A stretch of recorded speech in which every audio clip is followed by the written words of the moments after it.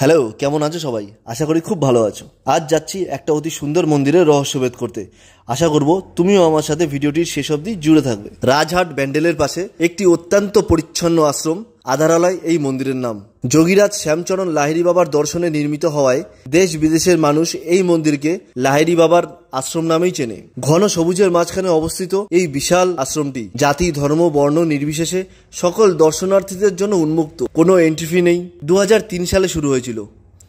আজ এর স্থাপত্য এবং নান্দনিক সৌন্দর্য অতুলনীয়। আশ্রমের বিশাল ফটক দিয়ে প্রবেশ করে প্রচুর প্রাচীন আম গাছ এবং নানা জানা অজানা ফুলবাগানের সাথে বিভিন্ন ধরনের প্রাণী পালন করা হয়, যেমন হংস, টার্কি পাখি, মুরগি, রাজহাঁস, ময়ূর, কচ্ছপ এবং বিভিন্ন ধরনের মাছ ইত্যাদি দর্শন করতে পারবেন।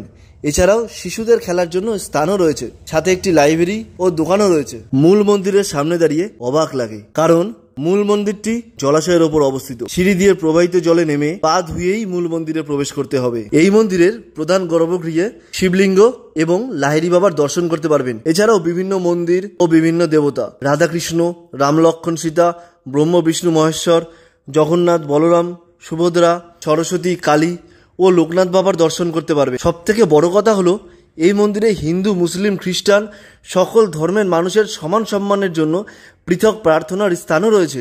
দিনের বেলা গেলে ভোগ ভোজন করতে পারবে। বর্তমান সময় 80 টাকার বিনিময়ে। মন্দিরের বাহিরে বাম সাইডে ভোজনের স্থান। সন্ধ্যার আরতি খুব শান্তিতে এবং ধার্মিকতার সাথে পরিচালিত হয়। পূর্ণিমার রাতে সাদা মন্দির যেন কৈলাসের কথা মনে করিয়ে দেয়।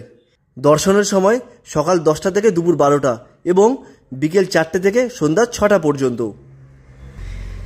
জায়গাটি কেমন লেগেছে কমেন্টে জানাতে ভুলবে না কিন্তু। যদি জায়গাটি ভালো লেগে থাকে তবে পরিবার ও বন্ধুদের সাথে ভিডিওটি শেয়ার করবে।